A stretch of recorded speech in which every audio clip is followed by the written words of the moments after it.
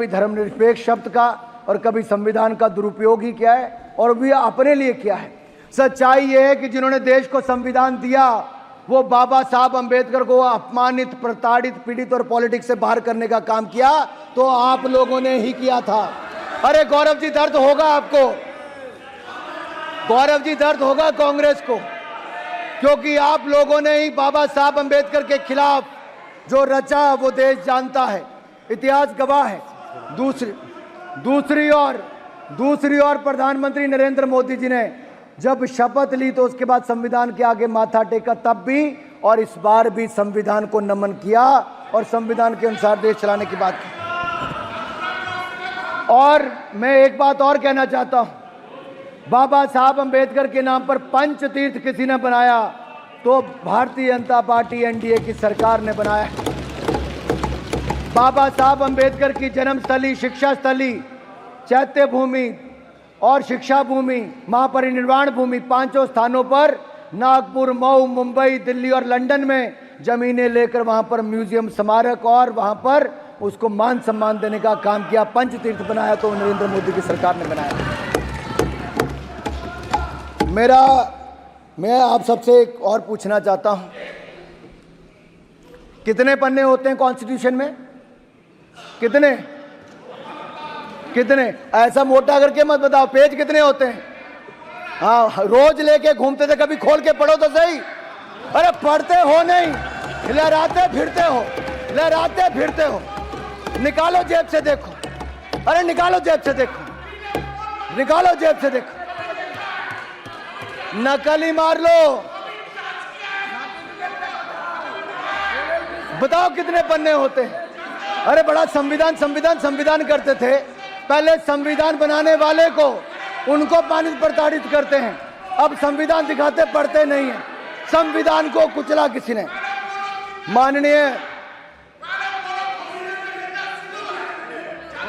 माननीय सभापति जी, अगर संविधान को तार किसी ने किया था, संविधान को कुचलने का किसी ने काम किया था, तो वो भी आपने इमरजेंसी लगाकर किया था।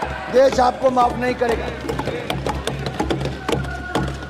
अरे 251 पन्ने होते हैं भाई साहब संविधान में, खोल के देख लो जरा।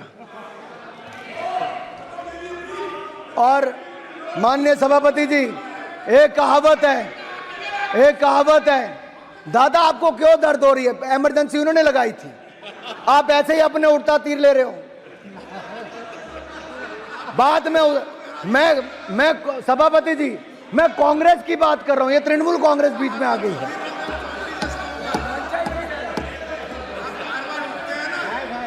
अब सच्चाई तो ये है माननीय सभापति जी, सच्चाई ये है कि जो कभी कांग्रेस के नेता सदन थे, सच्चे तृणमूल वाले इनके लिए बोलते कांग्रेस के लिए। आज कांग्रेस तो अपने नेता सदन अधीर रंजन चौधरी के लिए खड़ी नहीं हुई, एक सभा करने भी इनके नेता नहीं गए, और ममता जी के आगे उनको बेचारे को कांग्रेस अपने नेता के साथ खड़ी नहीं हो पाई। ऐसी कौन सी मजबूरी थी कि कांग्रेस को बंगाल में घुटने टेकने जरूरी था? और बैठिए, तमिलनाडु में है, बैठिए। मारन जी को दर्द हो रहा है। मैं कांग्रेस के बारे में इतना ही कहूंगा, ये तो संविधान की बात आपके मुंह से वो लगती है कि 100 चूहे खाकर बिल्ली हज को चली। और कांग्रेसीकरण करने की बात करूं, जैसा ये हर योजना का करते हैं, अगर इसको मैं कांग्रेसीकरण करके कहूं कि 100 संशोधन करके कांग्रेस संविधान बचाने को चली। अरे माननीय सभापति जी, जिस पार्टी की बुनियाद ही संविधान की हत्या से, रिश्ते खून से बनी हो, वह पार्टी आज संविधान बचाने की बात करे तो गले नहीं उतरती है। यह तो वही बात हो गई कि अपने घर में नकली फूल रखने वाले बगीचों का शौक होने की बात कर रहे हैं। और उन्होंने कहा ये हैं अयोध्या के राजा। हमारे तो यशस्वी प्रधानमंत्री भी अपने आप को देश का प्रधान सेवक कहते हैं। अध्यक्ष जी, मुझे एक प्रसंग याद आता है। महाभारत में युधिष्ठिर को जब अकर्मण्यता ग्रसित कर गई तो वो पितामह भीष्म के पास गए पितामह भीष्म ने युधिष्ठिर जी को सुशासन के कई सूत्र दिए, लेकिन एक मूल मंत्र भी दिया, और वो मूल मंत्र था यतो धर्मस्य ततः कृष्णो, यतः कृष्णस्य ततो धर्मः। जहां धर्म है वहां कृष्ण है, जहां कृष्ण है वहां विजय है। अध्यक्ष जी, धर्म तो नरेंद्र मोदी जी के ही पाले में खड़ा है। लोकतंत्र में मतदाता देवतुल्य होता है। 6 दशक में तीसरी बार लोकतंत्र में भारत के देवतुल्य मतदाता ने विजय श्री का आशीर्वाद एनडीए की सरकार को नरेंद्र मोदी जी के नेतृत्व में दिया है। कुछ दिन पहले मैंने टीवी पे देखा, विपक्ष के एक बहुत ही बड़े नेता मीडिया के बंधुओं से अयोध्या धाम से जीते हुए अपने जनप्रतिनिधि का परिचय करवा रहे थे, और उन्होंने कहा ये हैं अयोध्या के राजा। अध्यक्ष जी, ये विपक्ष की राजसी मानसिकता को परिलक्षित करता है। अध्यक्ष जी, हम तो सत्ता पक्ष में होकर भी सेवा परमो धर्मो वाले हैं, राष्ट्र सर्वोपरि वाले हैं। हमारे तो यशस्वी प्रधानमंत्री भी अपने आप को देश का प्रधान सेवक कहते हैं।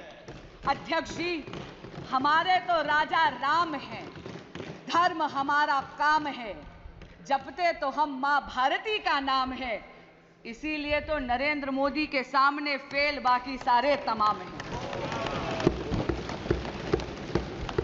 रिफॉर्म, परफॉर्म और ट्रांसफॉर्म के वर्क एथिक के साथ सबका विकास, सबका विश्वास और सबका प्रयास, इस मूल मंत्र को आत्मसात करते हुए विकसित भारत के संकल्प को सिद्धि तक लेकर जाएगी एनडीए की यह सरकार, मुझे यह पूर्ण विश्वास है।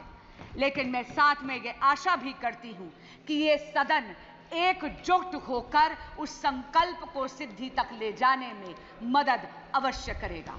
अध्यक्ष जी, आपने मुझे समय दिया और अपनी बात कहने का अवसर दिया, आपका बहुत बहुत धन्यवाद। मैं पुनः इस धन्यवाद